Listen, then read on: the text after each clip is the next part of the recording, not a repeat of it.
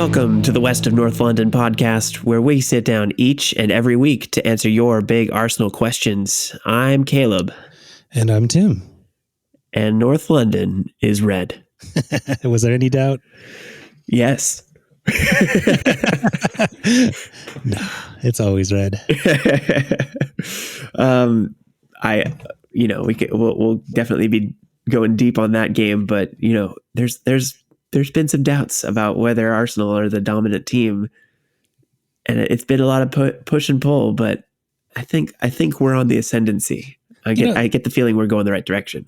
We are going in the right direction. And there's a fun little stat that they said, and it's that Tottenham has never beaten Arsenal twice in a season during the Premier League, which is just a reminder of how dominant they've been. And when you look at the total stats, the Arsenal has like at least 15 more victories than Tottenham in the overall series. So I'd say that until they can pass us in overall victories, there's no doubt that North London is red. The trophies really do all the talking. Yeah, I mean, yeah. Besides the fact that no trophies. So let's get through our other business, and then we'll get into this game. But first of all, what are you drinking this week? I'm switching it up. I decided to go with a glass of wine tonight. Oh, I know. We get a wine delivery service every couple of months because my lovely lady friend's a wine drinker, not a beer drinker, and so we have this box of wine that shows up. And she's a white wine drinker, but she puts in a couple of bottles of red, and I was feeling like it. A little celebratory mode, in honor of North London being red. I'm having a red blend from Paso Robles. It's called Camille Benita, which sounds cool, and it's good. It's fine. I mean, it's not the most amazing red wine I've ever had, but it's a good red wine. If someone hasn't made a North London red, wine, I think that needs to happen. You shouldn't have said this on the podcast. Can we TM that real quick? I mean, I'm no winemaker, but you just have to be the brand. We need to start that label. Yeah. That'll be our first merchandising. Screw shirts or scarves or stickers. We're going to do North London's red. Just exclusive Arsenal themed wines that we just rebottle other people's wines. Yeah. Oh, that would be a good little link. You can make puns about players' names. Yeah, I'm into it. Okay, nobody take that idea. Yeah. Or if you want to take that idea, you can fund us. Yeah, exactly. We will take a percentage of the profits. We'll take an idea percentage. I am drinking one of my favorite brands of beer, and maybe one of my favorite beers by them. I am drinking the Bale Breaker Bottom Cutter Imperial IPA this week. That is such a good beer. I'm sure we've talked about them before on the pod because they're one of my favorite beers too. It's a brewery that's right on the actual hops farm, so you can't really get fresher hops than that. Have you been out to that brewery? No, I want to. They're actually supposedly opening up a tap room in Ballard soon, so cool. I'm pretty excited about that. Yeah, the brewery, I forget, it's in Eastern Washington somewhere. I forget which city. They're in Moxie. Moxie, that's right. And the brewery is just like smack dab in the middle of like a hops field. So like it's a beautiful area and there's just hops everywhere. I highly recommend it. Yeah, I really want to go out there. My family, my dad and all his family are from Moxie, and so they're. My grandma once upon a time was one of those hop pickers. That was her summer job. So, it's a brand and a thing that's near and dear to my heart. So I think there's some love for this beer just from the family connections there. No, totally. Yeah. And as I say, being so close to the productions is only makes the beer better, I can taste it. It tastes good. It really is like one of the best Imperial IPAs, I think, out there. So, yeah, without a doubt. The top cutter and the bottom cutter really are my go-to IPAs. Yeah, I think I've had a couple other things and they're fine, but from them, but the top cutter is just so classic and just like if you're looking for just an IPA definition standard, top cutter is where it's at. Yeah, it is the thing I compare everything else to, pretty much. Yeah, totally. All right, now that we've sang the praises of our beers and wines here, and we'll try to, we talked about getting pictures and putting them on our Instagram. I'm going to stand by that. I'm going to try to take a picture of my beer at least. I won't hold you to taking a picture of your glass of wine, but I still have the bottle. I'll take a picture of the bottle. Okay, there we go. You send it my way. We'll get it online so everybody can see what we got. Totally. All right, so you've got a question for me this week. What do you got? All right. So my question this week is, there were a couple annoying pet peeve fouls during the North London Derby, things that I get on my soapbox about. So I wanted to know for you, Caleb, what fouls do you find like the most annoying? Like what fouls, like, do you have a pet peeve? Like, do you like to get on your soapbox about? Oh, there's so many. I get annoyed a lot by the undercutting foul, the undercutting a jumping player. That's really annoying to me. That doesn't get called. Is there a famous Tottenham player that does that all the time and probably should get some bans for it? I think it should really be called the cane. Yeah, that one's really annoying. I can't recall him doing that in this game, but given the opportunity, I'm sure he would have, and had a couple others that were questionable anyway. But that one really gets to me. And then I'm trying to think of what else. The one that doesn't get called enough, or isn't called more seriously, I should say, is the scissoring or wrapping the legs around a player, because it's one thing to tackle a player, but that is dangerous play and should be a yellow card more automatically. And for some reason, it just gets called a foul more often than not, and not a serious foul. And I don't know why that is, because that second leg, the wrapping of a player, is just so dangerous and really annoying that, to me, that doesn't get called more often. Yeah, and as Arsenal fans, we know that really well, having lost Diaby, a couple other players to those types of tackles, and so yeah, I totally agree with that.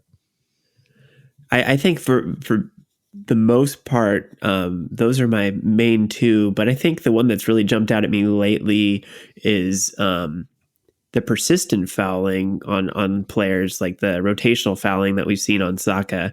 I think that's something that the Referees Association needs to take a look at as far as a point of emphasis for next season and beyond, because it seems like something that is easily dismissed.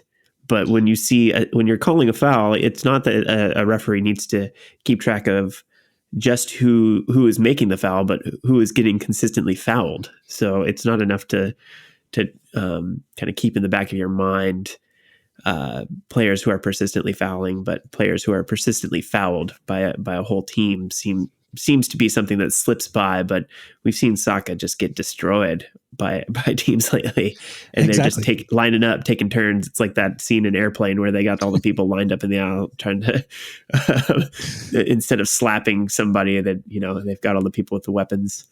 That's an old reference. So go watch Airplane if you haven't seen that movie. I saw it for the first time like 3 years ago for a friend's birthday. Anyways, yeah, and getting back to on track, the worrying thing is that if you do that to Saka, a young player, that's going to shorten his career. It can, as I mentioned before, those types like fouls can get really bad. And if a player just constantly is getting fouled, it's going to shorten their career. So yeah, there has to be something done about that. Yeah, I think that it's part of it is he hasn't bedded himself in far enough with the English national team. Like once he gets higher profile there, he'll probably start getting protected. Yeah. That was annoying to see that type of protection offered to certain players on Tottenham. And it goes both ways. It's not even like you're protecting them from getting hurt. The looking the other way on Kane is a fine example of how much protection they're getting. Exactly. Well, were there other ones that really get to you? Those are all good candidates. The one that really sticks to my mind, and we saw it in the North London Derby actually get called, which is hands to the face. It never gets called, and it's part of the rules, and I never understand it where players are allowed to, like, pat a player on the cheek, being all sarcastic, or like kind of put their hands around the throat. Sometimes, like, they get away with this hands to the throat contact, and by the letter of the law, deliberate hands to the face is always a yellow. Like, it is, and I just never see it called, which is why I was glad I did see it called during the game on this weekend. We were just having a conversation about maybe doing some video for the podcast, having some little video segments. And I think it would be a great idea to do a breakdown of different types of fouls and stuff that bugs us about those. So I would like to delve into this deeper on video. So maybe we'll do that soon in not too distant future. I can put on my cleats and do some reenactments. Not on me. You can take your girlfriend out there. I may not be a smart man, but I'm not that dumb. Just don't tell her what you're doing until you start. We're just playing soccer. All right. So enough with the bad ideas. Let's get into this North London Derby, because that was a hell of a game. I'm feeling pretty happy about that one. It's amazing how much a derby win just makes your next week. I'm still giddy about it. I had a Zoom call earlier, and I was making references to it in the Zoom call. Like, it's exactly the result I wanted, Yeah. How confident did you really feel when that game started? Well, I mean, especially without Aubameyang starting, which I know we're going to get into, I wasn't 100% confident, but I think I was more confident than I would have been about 2 months ago. Mm-hmm. Tottenham has definitely taken a dive in form, and Mourinho is definitely going true to type Mourinho right now. And having watched, I watched quite a few games, and having watched a couple Tottenham games and just see how they set up, they're scary going forward. There's no doubt about that. Often. Mm-hmm. Not this game really until the very end, but they're scary going forward. But they don't, I don't know. There's no fun about how they play. There's no excitement. They rely on Kane and Son quite a bit. And if they are having an off game, they have nothing else to offer. And I think we saw that quite a bit. Yeah, I kind of felt like they had maybe figured out how to incorporate Bale into that mix better, and they were starting to find some form that way, but that did not come to pass in this game. I will take Doherty and Bale on that side all day long, every day. If we could get that type of space on that side, we'd be undefeated. It was amazing. You love to see it. Yeah, I was really surprised, I think, at what the amount of space that they were giving us to work with. We back up a little bit, because I want to go back to that Aubameyang thing to start out before we get too far into this. We've got a question, so we'll kind of wrap this in with that, but former guest Chris Ledbetter has got a question for us about the Aubameyang situation. He says, discuss the captain being benched for one of the biggest matches of the season. Do you think we've put this behind us, or do we expect more issues?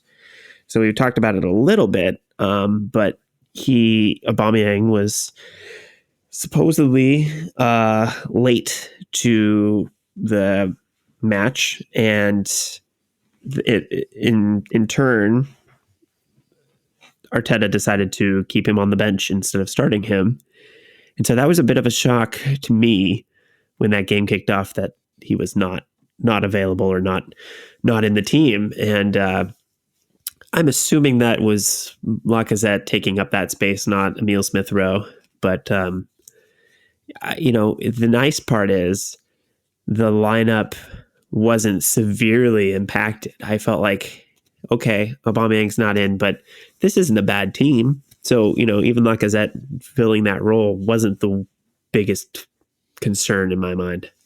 Yeah, I mean, it's interesting. I think there's two parts to discuss, which is one is the the disciplinary issue, which I'm going to get to next. But just as far as how the team looks, I'm amazed. I was, rewatching some highlights from the Olympiacos game to prepare, and then I was just thinking about the players rotation, who goes in where, and I'm so much more happy with how the players are performing, so that I don't feel as bad going to the bench or rotating some of these positions as I used to, and players are really stepping up. And Lacazette for Aubameyang isn't as straightforward as you would think. Like there are some arguments, as we had a couple podcasts ago, about maybe Lacazette should be starting over Aubameyang, and so like that was a something that felt, I didn't feel as scared as I would have maybe again 2 months ago. Yeah, so it could have very easily have been a scratch for an injury or something like that, which was my initial assumption because I hadn't really paid attention to the lineup prior to the game kicking off. So I was trying to figure things out at the last minute. But once it came to light that it was a disciplinary issue, I wasn't surprised, I guess. I don't know. There'd been some stuff that you hear whispering of Aubameyang kind of not being the most conformist when it comes to the team rules. So it wasn't too surprising that something happened. But I guess the result being him getting benched in the biggest game of the season, or one of the biggest games of the season, that was maybe a bit of a surprise. And there was a lot of talk about was Arteta making a mistake doing that? And I think in retrospect, you can say no. But at the time, if Arsenal had lost that game, I think he would be having to take sole responsibility for that loss. And I think a lot of pressure would be put on him anyway if they lost. But when you do that sort of thing right before the game starts and shake things up like that, it certainly puts the target on your back. So it could have been really bad, but it actually turned out really good, because I think despite the risk, since it did turn out well, it really does establish some good expectations from this team, because I think you have to hold Aubameyang to a higher standard as the captain. He is supposed to be the example to all the young players and all the players in general, and you can't look the other way if he's consistently breaking the rules. Yeah, I mean, I'm a sports documentary junkie. So there's a new Last Chance U, which is all about like a community college basketball. And it's a lot of the players have discipline issues, and that's why they're at community college and not playing at the Division I schools. And to see how coaches at that level are dealing with it in a very you realize that players kind of go up and down. A lot of players do with this struggle with the authority of the coach and what discipline means. And there's a very fine balance that a coach has to play with, of too much discipline and then you lose the whole team, too little discipline and the players just stop playing as a team, and stop doing this annoying things they have to do to make a winning team. And I think this is one of those cases where Arteta had to really kind of just put his foot down and say, because apparently this isn't his first, infraction of the rule. Mm-hmm. It's kind of like the persistent fouling we were talking about earlier. At some point you have to give the yellow card. It's pretty interesting that he wasn't completely omitted from the game day squad. So I have a feeling if we were down a couple goals, we might have seen Aubameyang's face pop up. Yeah. But I do think it just was something Arteta had to do. It's a thing that managers have do. It's you have to be a good manager. You have to make that call, and it's not always the easy call. Yeah, and I think as a player who is the captain and is on a large contract that he just signed on the off season, I think you have to establish that you're not going to coast, that you don't get special rules, that you're part of this team, and you're just this. You are held to a higher standard, but you're also not above anything as far as what the rules are. Like, you're not going to get special breaks, And it seems like they have bent over backwards for him. When he took the leave for his mother or family members being sick, the team went out of their way to make sure he was accommodated for that, and surely that had an impact on the games that he wasn't available for. But when you do something like that, and then he kind of isn't stepping up, it hurt. It feels even worse, because it's like, well, we went out of our way for you, and you can't even show up on time, or it's like, it's to Arteta. I think he has done what he has to do to be fair, and I think that it's only fair to expect Aubameyang to reciprocate and be on top of things. And I think it's also, as a captain, I think he should probably be the first person there and the last to leave, not the last person there and the first to leave, which is what happened this game. So I think I have concerns about the long term. Part of Chris's question here is, do you think we've put this behind us, or do we expect more issues? I don't know. I would hope that Arteta drawing a line in the sand here has gotten through to Aubameyang and any other player, because he's not the only person who's ever broken the rules. I mean, we know Willian had a sneaky trip to Dubai at some point here before, I think, one of the Leeds games. So those sorts of things are happening in the team, and we don't hear about everything. I don't think Arteta's out there to necessarily air the team's dirty laundry every week. I think he tries to keep it in-house, as he says. But I think you kind of have to say a little bit about why a player isn't in the lineup. So I understand why he, kind of alluded to what was going on, but without really spelling it all out. So I think he has to make sure that Aubameyang is held accountable both by the public and the team. And I don't know. I think it's important that the standard is set and the culture is established, and everybody there understands what the expectations are and what the repercussions are if you don't meet those expectations.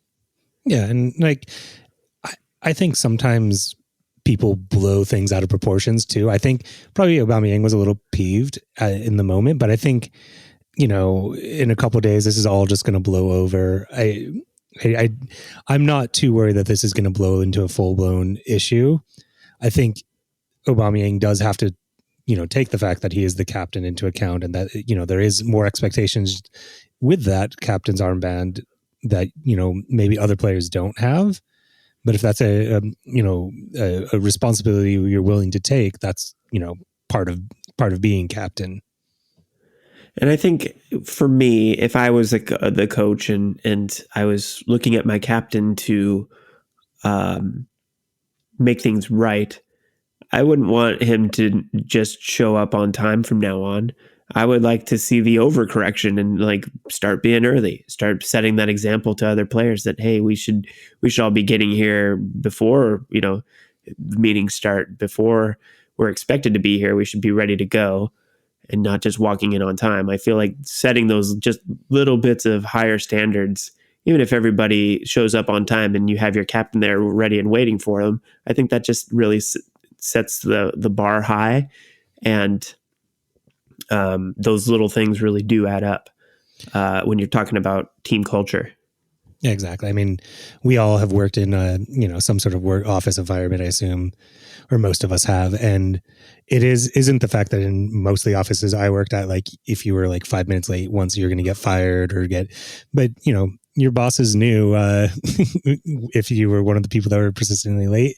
And if it happened a lot, they would mention to you, but it's also reflected in other things that happen, and everyone knows those people in your office. And, there's a little bit of, I don't know, people see it, Yeah, I think that's the thing, is those little things do add up over time, and they stand out in a coach's mind, and they stand out to people who are always watching. I mean, it's not like these young players aren't paying attention to what Aubameyang's doing at all times and taking notes. So we want our captain to be at a high level all the time, especially when he's on a big contract to to come back and coast is not what you want. You want a player that's going to continue to set a high standard until the end. And I know this is well off topic, and maybe we can, if you want to put a pin in it, but I wouldn't be horrifically upset if the captainship was passed on to another player at some point. Yeah, I don't know if I see him as the long-term captain. I think we'd have to reassess that in the offseason. Yeah. And I think it may be reassessed. I think part of him getting captain was a part of his re-signing deal. But does it? I never felt like he necessarily wants it. Like, it just doesn't seem like his personality. I think there's a prestige part of it that he may want, that it's it shows the club's faith in the fact that, like, he's the player, he's the man, he's the captain, Yeah. And I think it strokes his ego a little bit, because I think if that's not the case, I don't see really why he is captain. Because I mean, just from a soccer perspective, captains usually are further back because it's easier to organize the team and see the ball going, whereas a forward's usually just looking straight at goal. As you said, he doesn't really seem to have a very vocal personality on the pitch. Right. So I would like somebody that is more of the vocal variety, but we'll have to wait and see how that pans out. It may be that you're correct that it's kind of something that's expected of a player of his status, but I don't know. I feel like he's got to live up to that as well. He's got to hold up his end. It shouldn't just be automatic. Definitely. Well, besides the benching of Aubameyang, was there anything exciting that happened before the first Arsenal goal? I really just, it was interesting to, well, before the first Arsenal goal, there was some interesting things for sure. I don't know what you're talking about. The first thing that really jumped out at me was that the control Arsenal seemed to have over the game for the most part. I mean, up in, probably the first 30 minutes of that game, they looked like they had that game in hand, and the left side specifically looked really dominant. Of course, we expect Tierney to get up and down quite a bit, but his combination play with Emile Smith-Rowe is just breaking down that side. Like you said, Doherty was just giving up space left and right, and I think he had his hands full between the two of them. It was like he would step up to cover Tierney, and then Emile Smith-Rowe would just time a perfect run in behind, and it was just a cat and mouse game. It was a 2-on-1 practically, because they was always having to pull over a second defender from the midfield to help cover one of the two Arsenal players. So it really forced Tottenham to react, and it created some interesting matchups over there. So I was really enjoying that part of it. I mentioned earlier, but I loved watching that duel because it was just so dominant on that side. And then out of nowhere, Son pulls up with a hammy injury, and all of a sudden the game looked a little bit different. Lamela comes in to replace him, and not too long after that, one wonder goal out of nowhere, way against the run of play. Like Tottenham were not in this game up until that 32nd minute goal from Lamela.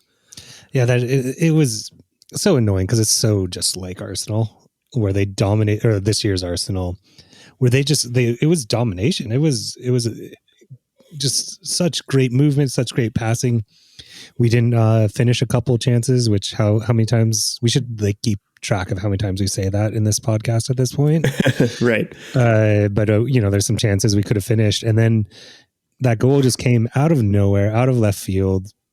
I'm sure it's a wonder goal. I mean, I'm sure they'll release a DVD or something about it. The one highlight. Yeah, exactly. But I mean that really was their only highlight of the first half. Like, it was crazy. They were just, Arsenal was just dominating that team. And, we talk about it a little bit, and I joke with some confidence about it, but like at that point I was like, this is how the game's going to go, isn't it? Yeah.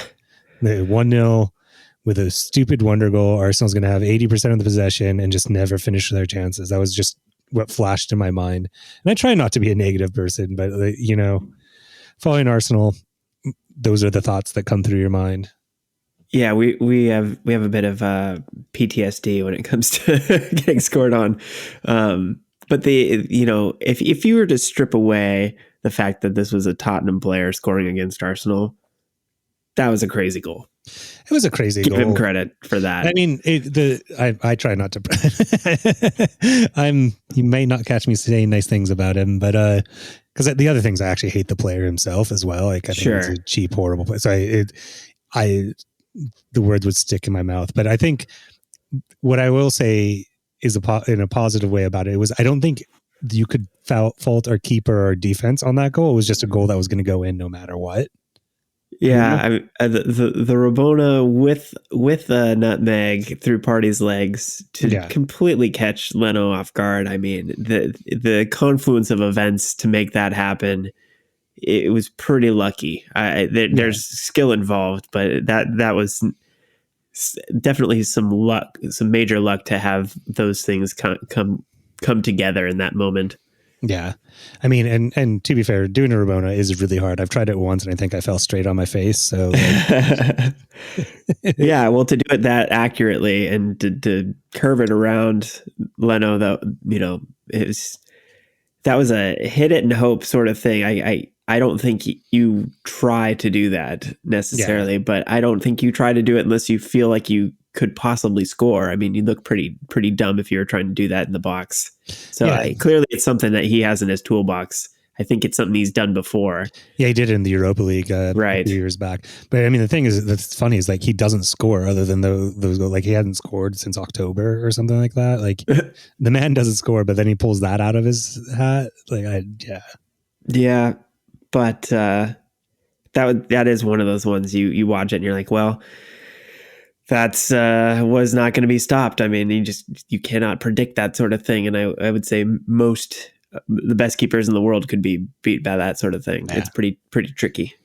Yeah, and because I actually kind of because they played it like a million times, and so when I was rewatching it, I was less interested in what the Tottenham player was doing. I was just trying to like see if there's any way an Arsenal player could have stopped it. And really, when you're looking, I don't think there is a realistic way. So there's no fault. It's just sometimes you get beat by a wonder strike. Yeah. So that was in the 32nd minute, but it wasn't super long before Arsenal got back into things, and really it was well timed because going into the half down a goal would have been really rough and just unfair to the team that really dominated that first half. So luckily Ødegaard comes to the rescue. Second goal in a week. I fall more and more in love with this player every time I watch him. He was, and it wasn't just that goal or either like the goal against Olympiacos, which was amazing, or this goal. He plays, and the way he plays, his passing, it's just amazing. Like I just enjoy watching. I said it before, but he's a player that we would be watching on these old Arsene Wenger sides, and he would have fit in perfectly with those sides. That's exactly how we should be playing soccer. And like his pedigree is real. I know it's rare when you hear a player coming in and everyone's talking him up, and just for him to hit the ground running and really show those qualities. And if you play FIFA, definitely start him. He's amazing on FIFA. Oh, I'm gonna have to do that. He might be a player I take into career mode. Totally. It's interesting to me rewatching that play, and kind of thinking back and how that first half unfolded, and with the amount of success that we were finding going down the left-hand side, it was kind of a matter of time until they were able to make that connection. But really, I think it does come down to what we were talking about with his intelligent play, and that he this is speculation, of course, but it's like there's a lot of intelligence in the way that he makes his runs and the way that he presses, and that was a key part to that first half as well, was his pressing, because he was causing turnovers. But on top of that, I think he looks at what Emile Smith-Rowe and Tierney were doing down that left-hand side, and there were quite a few opportunities where they were getting down to the end line and doing those cutbacks, and that used to be the bread and butter of this team when Emery was in charge, and it was always kind of the fallback was getting our backs to that end, our outside backs to that end line and getting those cutbacks sort of, and having Lacazette or somebody positioned in that central area, that penalty spot, but nobody was taking up that spot, and the play was there, and it was finally like Ødegaard said, "Okay, I'll take the space if you're going to give it to me," and he just stopped right there, and it was so easy for him to get picked out with the play that had already been happening, but nobody had taken up that position. So it's like it was just like it clicked. And it was really great to see Ødegaard get a second goal in the week, because confidence breeds more goals. Yeah, and what he does so well is he just makes the rest of the team better. The players around him are better for him being there, and I'm trying not to overhype, and I'm gonna try and take a breath here, but like he reminds me of the way what De Bruyne does for City is what he's doing for Arsenal right now. And they're not the same player, I get it. And, it's only been a couple games. So I don't want to like take the hype train way too far out, but it is just really nice to see a player filling that role. Mm-hmm. The other player that gets compared to De Bruyne a lot is Emile Smith-Rowe. And I think he ended up with man of the match for that game.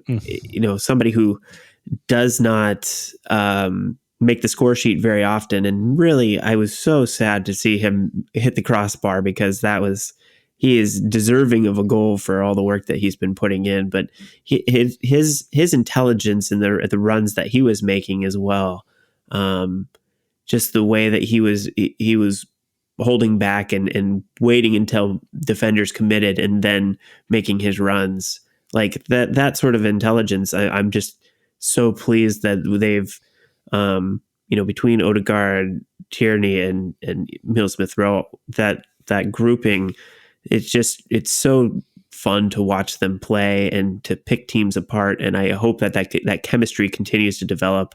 I just did not expect Emile Smith-Rowe and Ødegaard to be so complementary. And I just think once they both get confidence, it's going to be tough to beat them. I think Emile Smith-Rowe is a goal away from really making a breakthrough. Yeah, and as you said, the chemistry between the two of them is the most promising part for me. And when we picked up Ødegaard, I think a lot of people were worried that he was going to take time away from Smith-Rowe, and there was kind of a like for like kind of situation with the two of them. But as we've started to see, is definitely that they are complementary on the field, and they don't step on each other's toes when they're playing on the field together.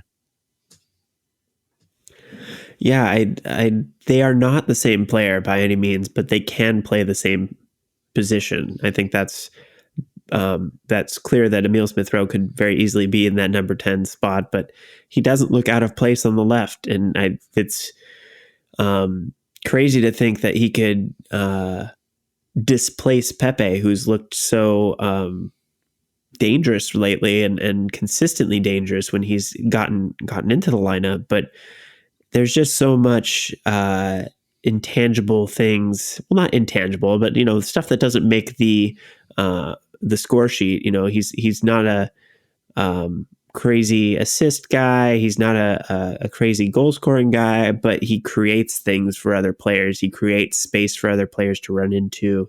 He's one of those force amplifiers that every team needs. And I think he has the potential to be that assist man, that creator, that finisher. He could be a lot of different things for this team. And he's steps away from making that breakthrough, and I think he could be a top quality player for a long time for Arsenal. So I'm really excited to see what he brings, because he's a sure bet. He's going to be around for a bit. Ødegaard, I really hope that he can stick around as well, because I think the two of them in the same team, it's been wonderful to watch. Well, with Madrid's result in the Champions League today, I'm more confident that he might stay, just because I think Zidane's going to still be there, and for whatever reason, Zidane doesn't rate him, which I think is just absolutely crazy. We'll take all of our money then. Yeah. Can we start a collection now? I think there would be a lot of fans willing to give money at this point. Just $1 on every ticket or something until we can get enough to push that deal across the line, because he's not going to come cheap. I think the better he plays for us, the harder it's going to be. Well, we just start up our wine company and have the profits go to the Ødegaard transfer fee. All profits go to the transfer bucket. Not just for Ødegaard, for all transfers from here on out. It'll just be a fundraiser. I don't know if I trust Arsenal enough in the transfer market yet to give them all the funds for whatever they want to do. But Ødegaard, yes. maybe we can put some contracts in place. Like, we'll give you the money if these sorts of players are targeted, or we'll just put some conditions in our donations. So yeah, going into the half, tied up, was about what I expected, I guess. I thought going into it they would be pretty even, but really that maybe skewed in Tottenham's favor a bit more than it should have. And I really felt like Arsenal could have been 2 up, based on the opportunities they were creating as usual. But I didn't feel like I was too concerned. Like, I felt pretty good that they would find another goal or two in that second half. Yeah, I mean, I really did feel we were dominant, and it did feel like Tottenham were lucky to be 1-1 at half. I just always worry, because we've seen it this year, that us being dominant in the game doesn't always equal out to getting all 3 points or even getting 1 point. And there's always that worry. And, especially in a derby where, emotions run a little higher, and you can often count on Kane to just pull a goal out of nowhere. So while I was confident, there's that nagging part of the back of my mind at halftime. They're like, is this going to go the way I hope it's going to go?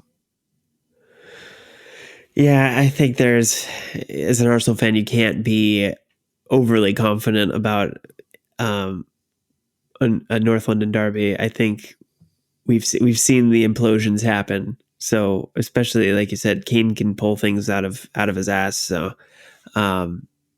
anything can happen, really, going into that second half.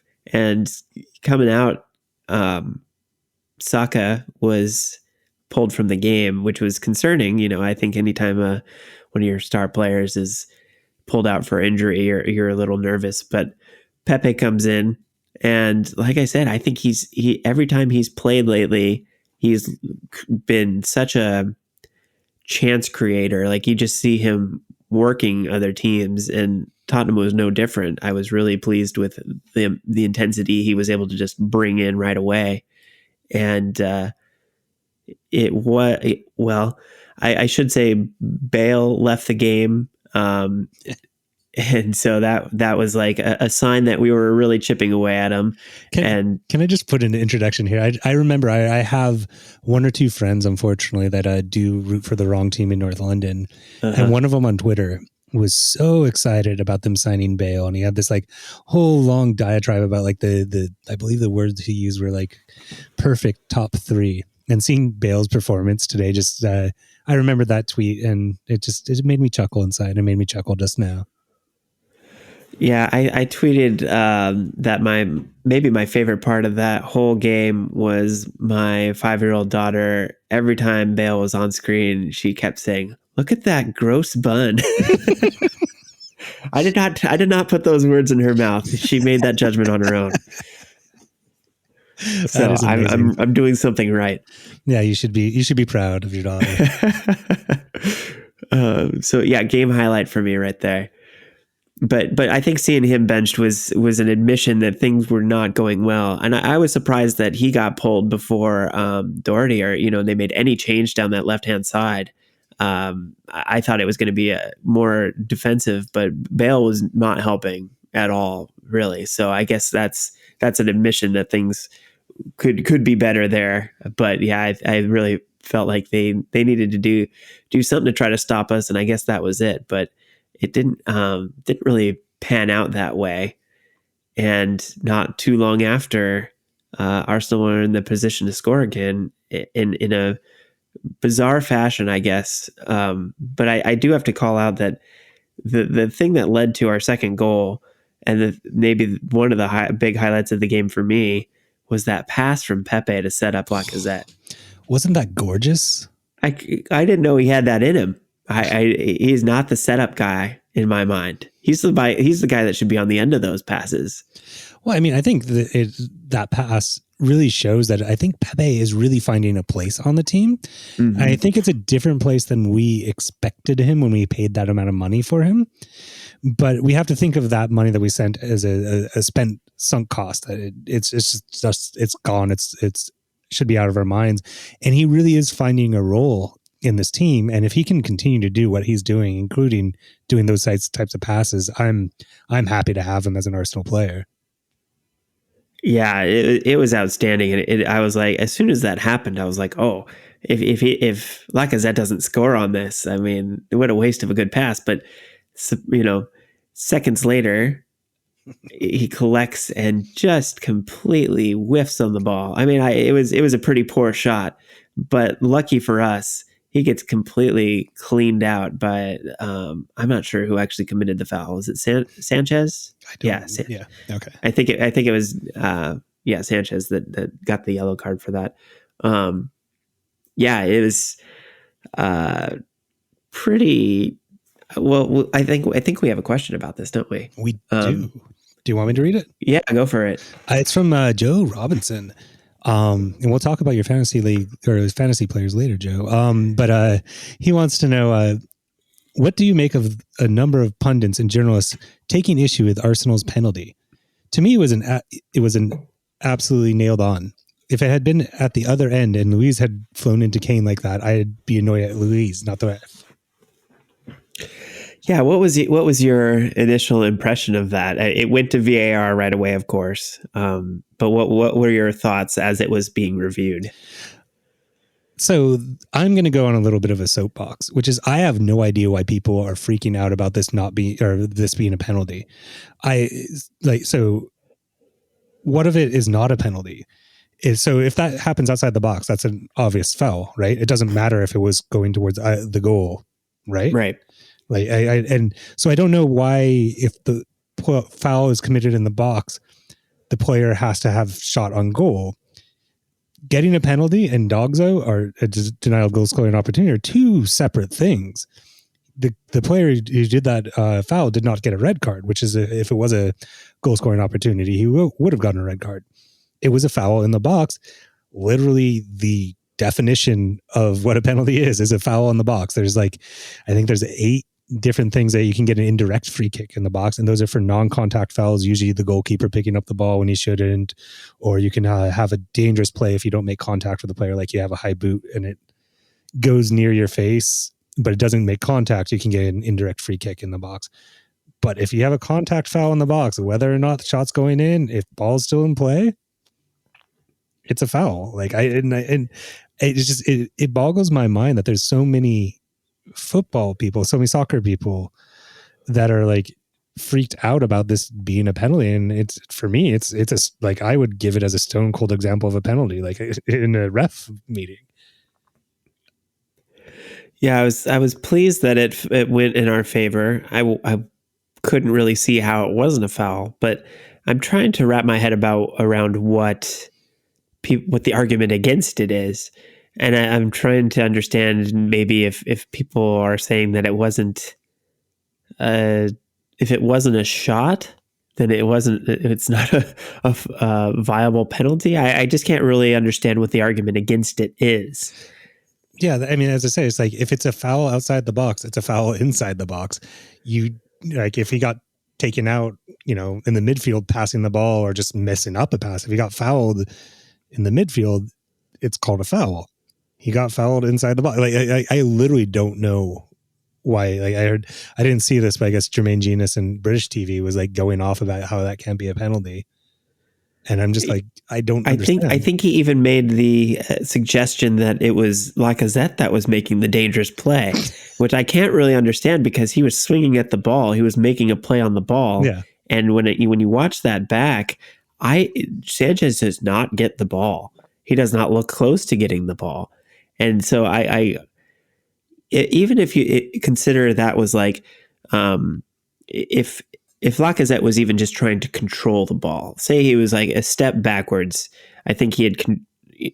I know I'm trying to think if he was trying to control the ball and make a shot, but anyway, if he was just trying to control the ball and make a play from there to score, you can't really make the argument that he needs to be shooting the ball on goal or making a good shot on goal for it to be a penalty. I think, anytime a player tries to collect the ball in the goal and or in the penalty area and gets fouled, it's a penalty. Like I can't even make the argument that because he wasn't able, wasn't in a good goal scoring position that it shouldn't be a penalty. Yeah, I mean that's the thing is like if it's this denial of goal scoring opportunity was a separate infraction, that's when the player would get a red card. Right.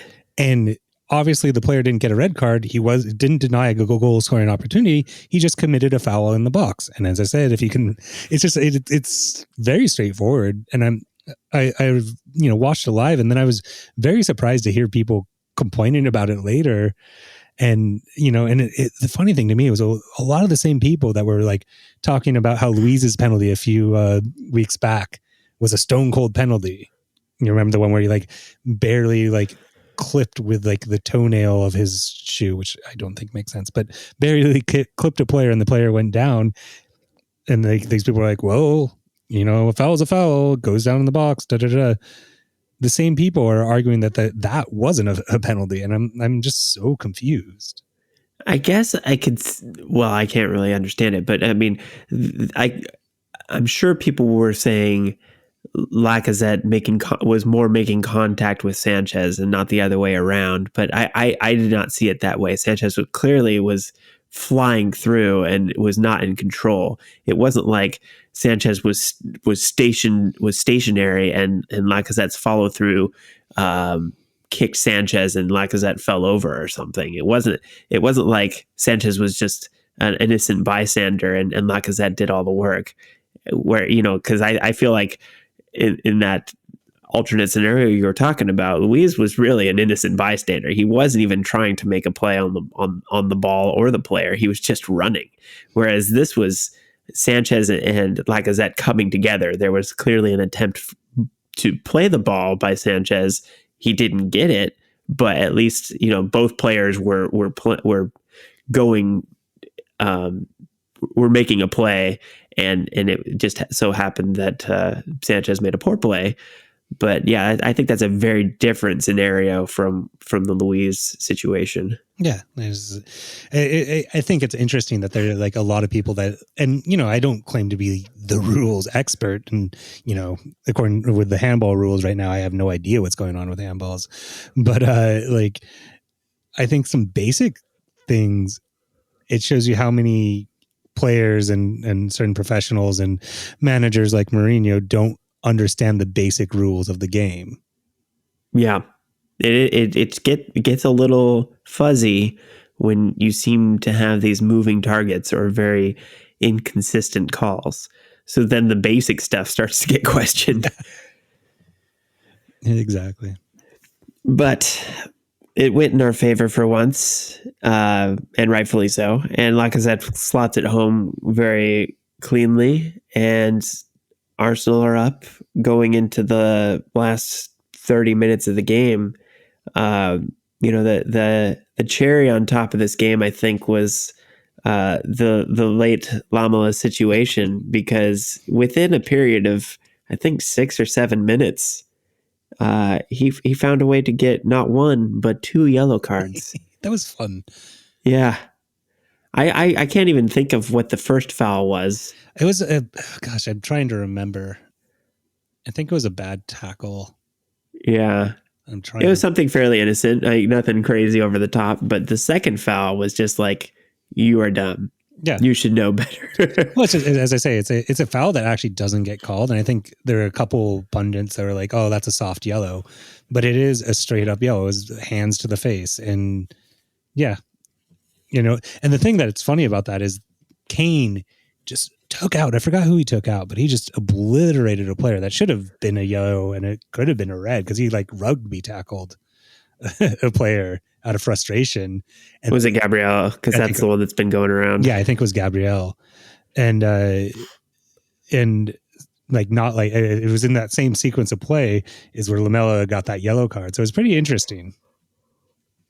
Yeah, always interesting to see what's not getting called. Yeah. But yeah, the second foul was the hands to the face on Tierney, and Tierney's been known to milk those sorts of situations, but this one clearly he caught him too high. I don't think Tierney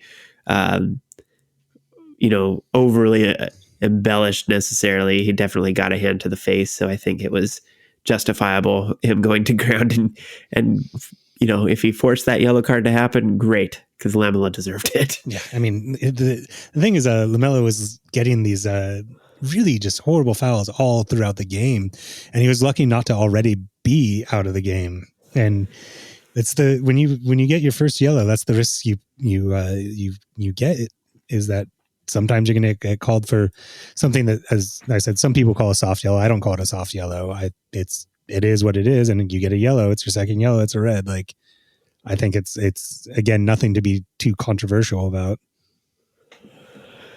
Yeah, so the effect on the game was actually the opposite of what I would have expected, because the following 25 minutes were actually some of the worst of a game for Arsenal. I thought they would step up and just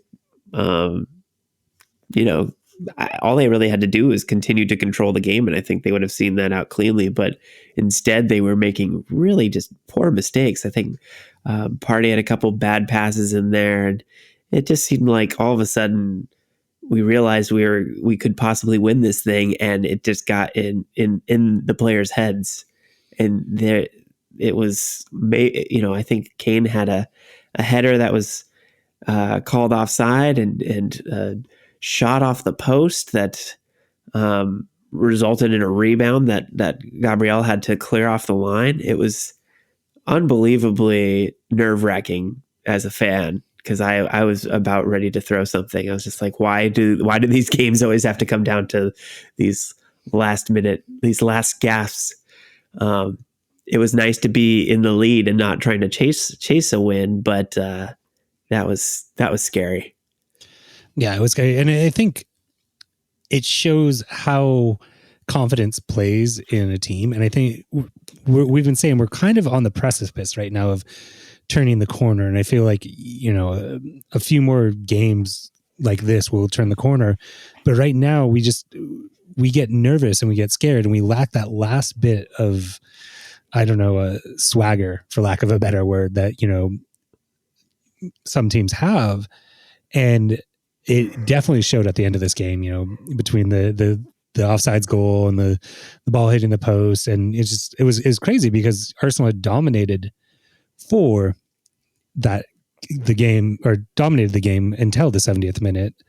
And I know Mourinho has this thing of kind of playing games in chunks where, he'll give up possession, give up the flow of the game, with the idea that, then the players can play faster. So I don't know if it was part of his tactics to like pour it on heavy towards the end, and that was it. But I think it was just more Arsenal's nerves than Tottenham changing anything, really. Yeah, I kind of just felt like they were taking advantage of what Arsenal were giving them, because they were literally giving them the ball. I mean, it was pretty much Arsenal trying to shoot themselves in the foot as usual. and literally just kicking the ball out of bounds. Like it was just a couple moments of just head scratching play, but luckily they were able to see it out. And it may not make much of a difference at the end of the season, but I feel much better after watching that game, just about where we are in the world. And I do feel like Tottenham may finish ahead of us. It's hard to say, but I do feel like Arsenal's going in a better direction than they are, just based on that game. It makes me feel good. This week has been a good week. I do feel that we are headed in the right direction. It's, it's slow and painful and it's not always going to be perfect, but I just have so much more confidence going forward. And I think we're doing the right things, and we're just a few steps away from just kind of getting to this next level.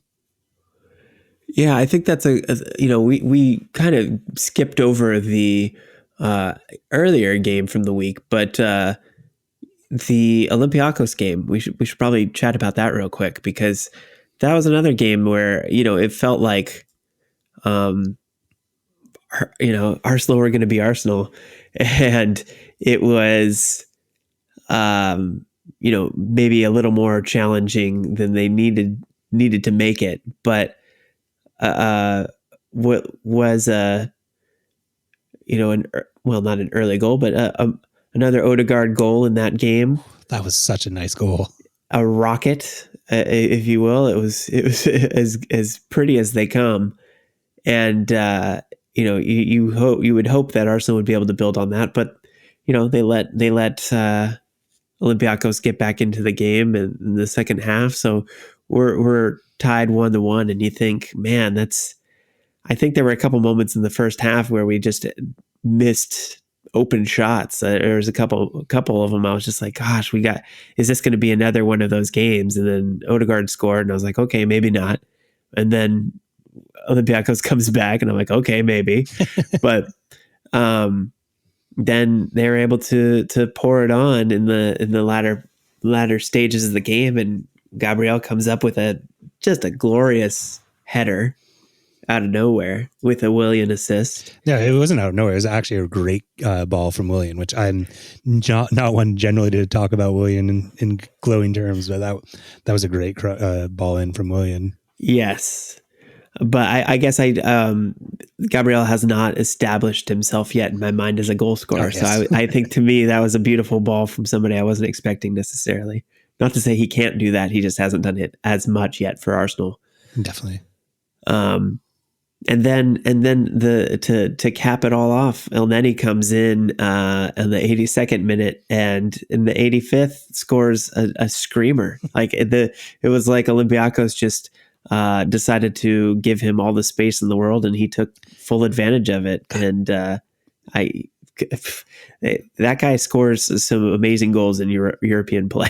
Well, if you want a textbook definition of acres of space, Olympiacos gave him acres of space. Like there was like a huge bubble around him. Yeah. I couldn't believe how much room he had to work with. And I'll take it. I think it's great. And I think you saw the way the team reacted to that goal was just amazing. You saw how happy the rest of the team were to have him score that goal. Yes, absolutely. Especially so quickly after coming on too. Yeah, the instant impact. I think so. It should be a fairly straightforward tie at home. And I say that with trepidation. I think the only worrying thing that I took from the Olympiacos game was how loose we were in the back. And that, there were a couple. Ødegaard had a horrible giveaway at one point. That should have, in all rights, been a goal. Luis had one that should have been a goal. I think there are several sloppy plays in the defense, and you don't want to let them back in. We got 3 away goals, which is a nice number to have, and it puts us in the driver's seat. But if we make those same mistakes, it could become a very tricky tie to get out of. Yeah, absolutely. But I'm feeling like I think that was a great that comeback win to have a couple really world-class goals. Well, I think all 3 of those were world-class goals. But to really make a stamp away from home,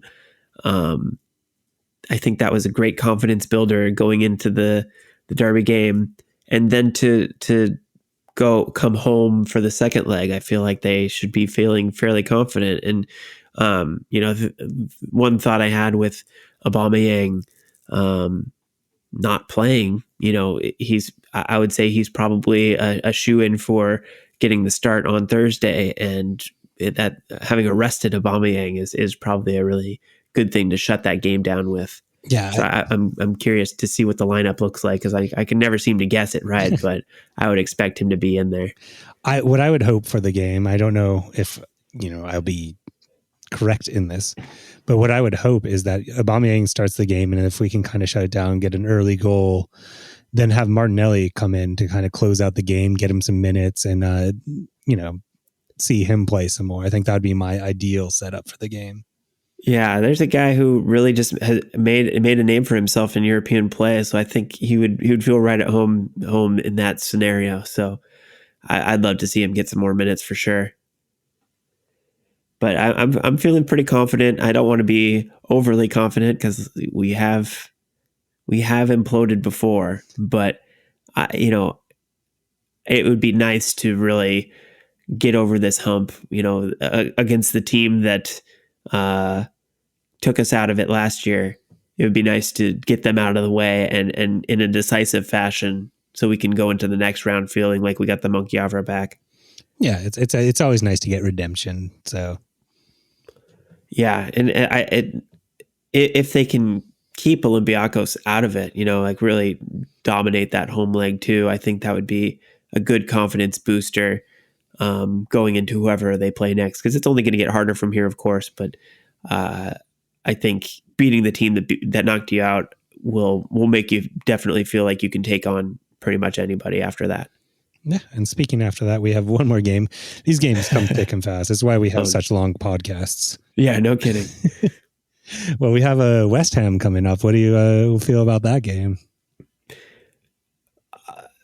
Who would have thought that I'd have to be this concerned about West Ham? But they are legit and holding strong in that fifth spot. So I'm jealous. I want what they've got.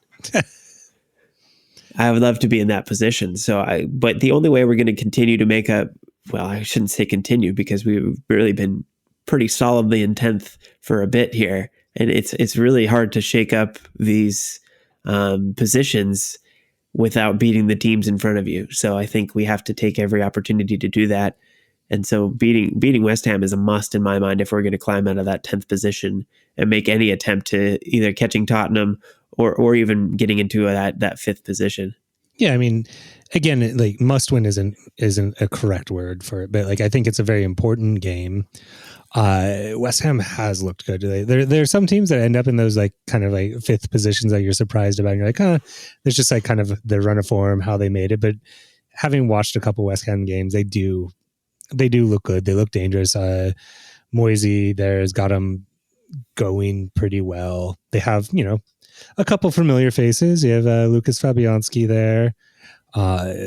They have just a great group of players. Their captain Mark Noble is Mr. West Ham, and we forget that this is a derby too. It's a London derby. It's a London game, and from how I understand it, because I do have a couple West Ham fans, and I'll probably be sitting there chatting back and forth on text with one of my really good friends who's a big West Ham fan, but they are much more amped about it than we are. It's kind of like USA and Canada rivalry type of thing. So I have no doubt that they'll be up for it. Yeah, I think it's going to be a tough game. It's not going to be a walk in the park by any means, but I do feel good about where we're coming from. I think depending on how this Olympiacos game goes, may impact the confidence, but I think these last couple games leave us with a lot to build on. So if they can decisively, or just get past Olympiacos and continue in Europa League, I think it really bodes well for a good game against West Ham. Yeah, and confidence begets confidence, and hopefully we can ride this this good feeling we have after beating Tottenham to a victory at West Ham.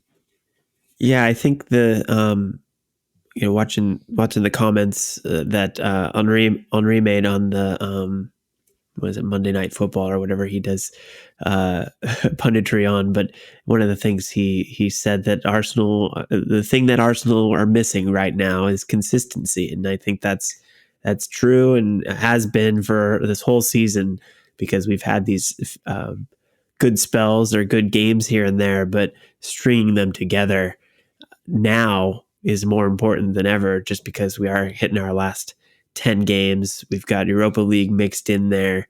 It's more important now than the rest of the season to find form, to find consistency, to figure out how to do this week in and week out. So if we could figure out how to do that now, that would be fantastic. And I think, like you said, that confidence will continue to build if they can keep doing it and do it week in, week out. Yeah, and we have another question we can probably hit up after the break about the last 10 games. Yeah, good tease. So, take a break, go to the bathroom, get yourself another drink, whatever it is you do while you're listening to us. Go take care of yourself and meet us on the other side.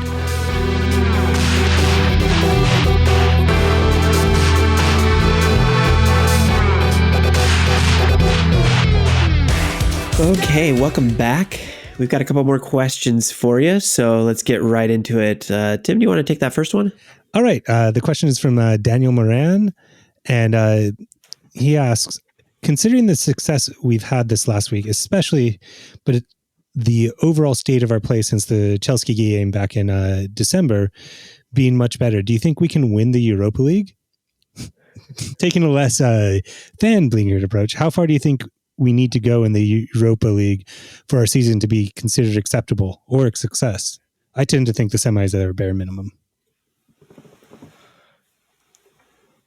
Oh, it's so tough because I think, if you're going to get an Ødegaard to stick around, you have to have European soccer available. At the very least, yeah.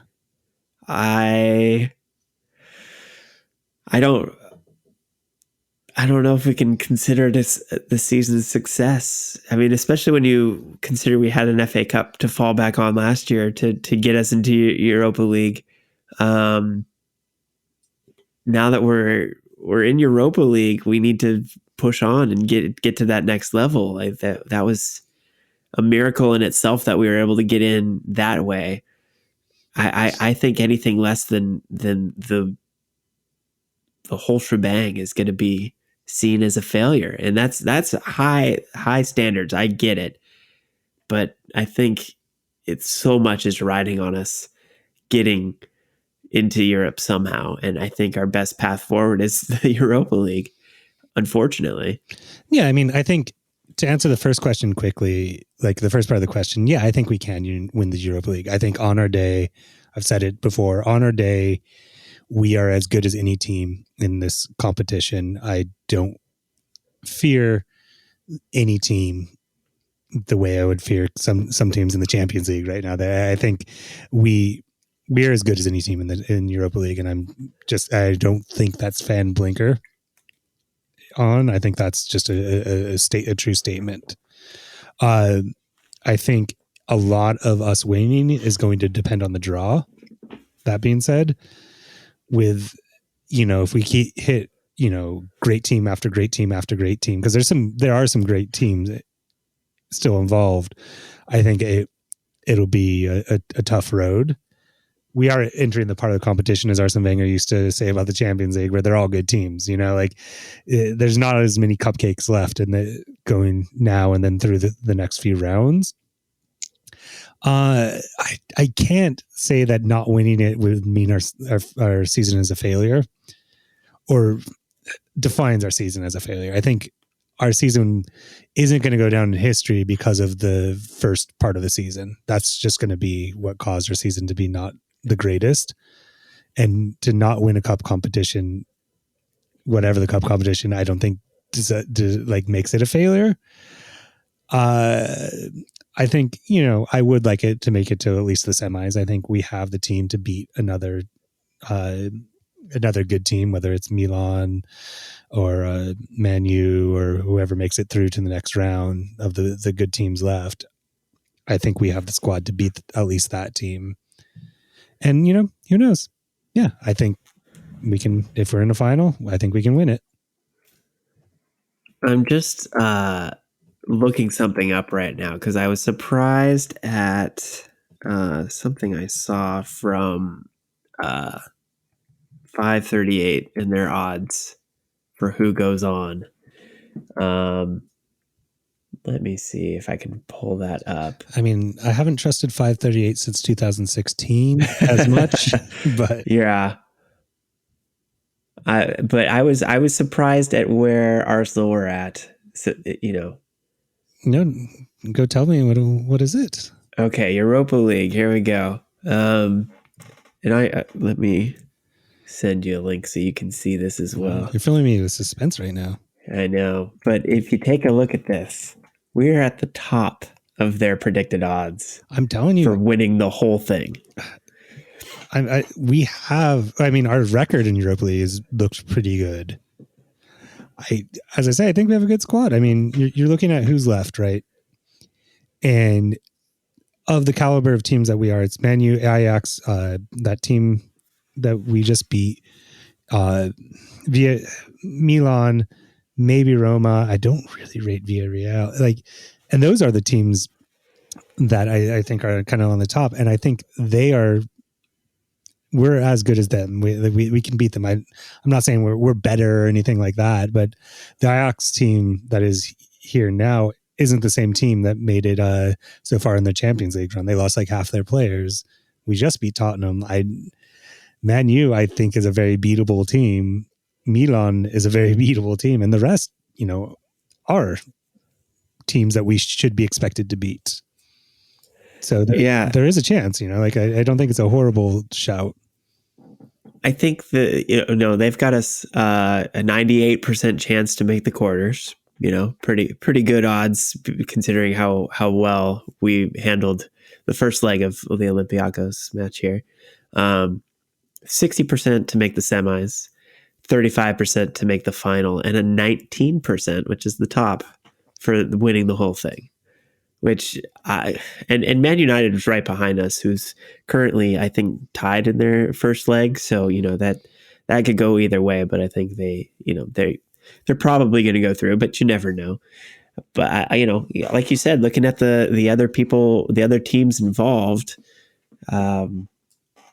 we're right in the mix. I'm not overly afraid of anybody that's in this competition. I think the one matchup I just would like to avoid, just because of the extra psychological pieces, would be Tottenham and maybe Villarreal after that. But that's anybody else, I think we've got a pretty good chance. And I'm not even too concerned about Man United. I think they're riding on a lot of luck, and so I think that we definitely are more skilled and can outplay them on our best day. Yeah. So I don't want to hinge our season on it, but it feels to me like just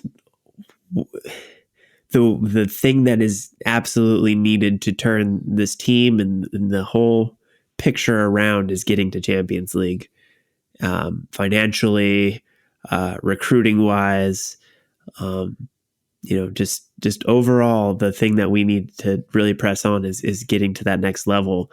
And I get that that's the main goal, and maybe it's too soon to be expecting Arteta to do that. But I was surprised with the FA Cup, and now my expectations are high.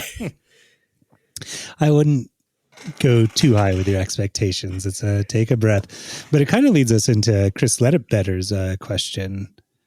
Which did you want to take? Oh, yeah. Let's see. He said 10 matches to play, and we are behind Spurs by 4 points and 5 points out of the Europa League, 10 points out of Champions League.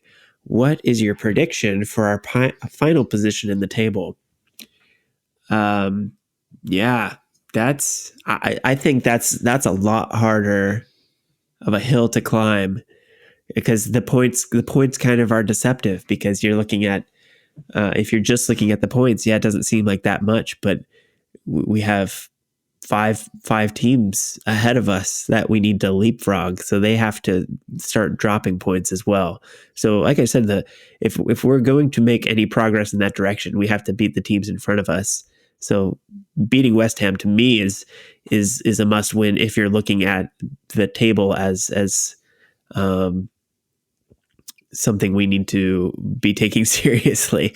I kind of put Europa League higher in my mind because I think that's more achievable, but there's just too many variables, I think, that need to happen perfectly for us to make that climb. I think it's interesting though. So I always talk about achievable goals and where to set your targets. I think as far as Champions League, I think there's very little to no point about us talking about it. I think we're out of it. I think the start of our season made us out of it. So I'm definitely not holding my breath for Champions League. Catching Spurs is an extremely achievable goal. I think the way that they're playing is in a downward trajectory. Seeing the history of what Mourinho does to clubs, especially when he starts reaching adversity and he starts throwing players under the bus, which he did after this game. And I think players don't react well to being thrown under the bus, is going to be interesting. But when you look at it, a run into the end of the season, the final 10 games, we play 3 of those teams that are above us. You know, we're going to be playing Liverpool again, who talk about a team that's kind of on a downward trajectory. We play Everton and we play West Ham. And as we mentioned before, and if we can get points out of those games, that definitely helps us get into the Europa League. That, you know, you beating the teams ahead of you is the best way to move up the table. I'm finally at a point where I'm less looking to be below us than above us. And in between those games that are ahead of us, there's a lot of very winnable games. We play Sheffield United, Fulham, and West Brom, and also Newcastle. You know, those are teams that are struggling, and yeah, they might be more fired up because several of them are in relegation battles, and some of them are already pretty much relegated. But those are teams that we should win, and if we deserve to be in the Europa League, we need to beat those teams. So I think there is some case to be made to getting the Europa League spot through the table. I think that is the most achievable. Well, I should say beating Tottenham is the most achievable, followed by the Europa League. I do think Champions League is probably a little out of reach, but you can only win the games in front of you. I think beating West Ham and Liverpool are must wins as far as actually climbing, but you can't leave any points on the table. So I think we're going to have to do our best to win out the rest of the season. I think that is maybe unachievable, but not dropping points frivolously and not shooting ourselves in the foot would do wonders.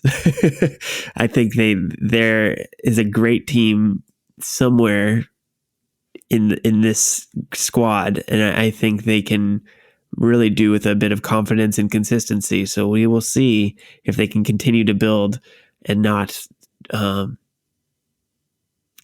regress. I think that's the fear, is regression right now is the enemy. We have to continue to press on and win everything in front of us.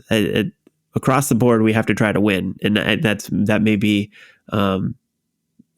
an impossible goal to try to actually win everything. But at this point, you cannot drop points needlessly. Well, and a 10-game win streak isn't feasible necessarily, but I think a 10-game undefeated streak is definitely something that is, again, an achievable goal. If I were, talking about long or short-term goals, large picture things to the players, I'd be like, yeah, we're not going to win every game, but I think it's not impossible to ask for a 10-game lossless streak. I would agree with that. I think I look at the games we have to play, and the tough ones being Liverpool, West Ham, and Chelsea in the remaining 10 games.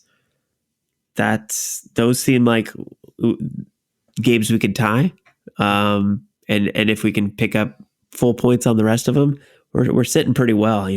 Mm-hmm. That's 24 points from the last 10 games. That's not bad. I'd feel pretty good about that. Yeah. So as I said, am I holding my breath and saying like we're gonna get that the Europa League spot automatically? No, but I think it's something that's possible. It's something that we can put a goal towards, and that always helps a team, because I think often teams that get kind of stuck in 10th and like this mid-table morass, like they lose sight of goals. And it can cause them to kind of go on a little bit of a losing streak. But if we keep the goal together, I think it's a good possibility. And I know we're being extremely optimistic coming off of a derby win, but I'm feeling good. I'm feeling confident, and I want that to be the attitude of the team, is to try to win everything. And I think that's certainly an attitude that Arteta brings into this team, and you never capitulate. You always push to try to win everything in front of you. So I don't expect him to let off by any means at this point. We can still technically win the title. That's right. We could win out. If you win out and other teams don't win out, and everybody else loses. Yeah. Actually, I actually didn't do the permutations. I'd have to actually make sure that there is a permutation, but technically we have the points to overhaul City right now. Not after next week if City wins. that goal differential though is pretty insurmountable. Oh yeah. They've got a 43 goal differential, so achievable goals and dreams. I think those are both good things to have. Well, do we have any more questions? I think that's all the questions for this week. I mean, it is a long episode. So if you're still with us, if you're still listening for questions, I applaud you. Let's hit the fantasy update and then wrap this sucker up. So fantasy, neither you and I had a very good week, but I think a lot of people are kind of struggling with the fantasy. I think some of the players that we've been relying on haven't been scoring points. So I got 38 points last week, which I thought you had beaten me until I looked at your total, and you're at 34. Our friend of the pod, Charles Allison, got 29 points, which is kind of rough. I hope you get that together, Charles. The one person I'm going to shout out is John Blundell. He had it 63 this week. He's at the bottom normally, so he found some sort of secret to get a few points. And nice. I haven't been talking about the top of the table because it's been pretty stable with Omkar leading. I think he has been leading for quite some time, but Granny Misquith is catching up. I'm not going to say it's quite a title race yet, but he's within about 100 points, which is a couple bad games and a couple good games away. Keeping it a little competitive. That's nice. Exactly, because I'm definitely not keeping it competitive. Well, with that, I think that's pretty much it for us, right? That's all we can possibly say. That's all we can say. All right. Well, thank you all for listening. If you've made it this far, again, I give you a big round of applause. I won't clap because it doesn't sound good, but thank you for making it this far. If you haven't done so yet, review if you've subscribed. Subscribe if you haven't done that yet. Wherever you get your podcast, go and hit that subscribe button. We'll show up on your phone, on your computer, wherever you listen to your podcast at every week, without you even having to think about it. And follow us on Twitter. We are at W of N London. We have an email address if you'd like to send us emails. We are westofnorthlondon@gmail.com. Send us your questions there or on Twitter. We do have a YouTube channel now. We don't have one of those nice, concise YouTube addresses yet, but if y'all go and subscribe and help boost our channel, that would help us get that nice, concise web address from YouTube. So we actually have to have some listeners and some people paying attention to us before they'll give that to us.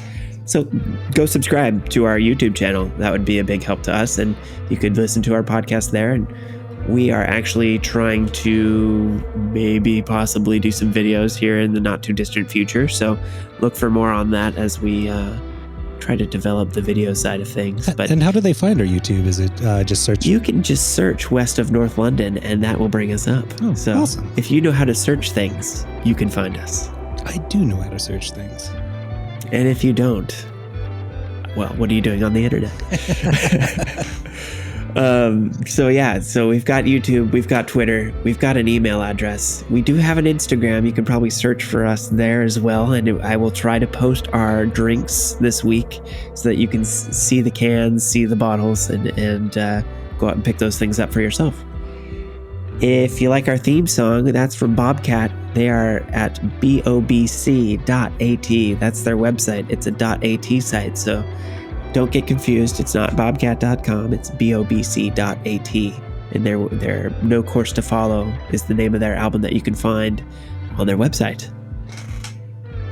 And I believe, we keep adding more things to this outro, so I think that is actually it. So I appreciate y'all listening. Tim, anything else? No. Okay. Well then, as always, see you at the next gun show.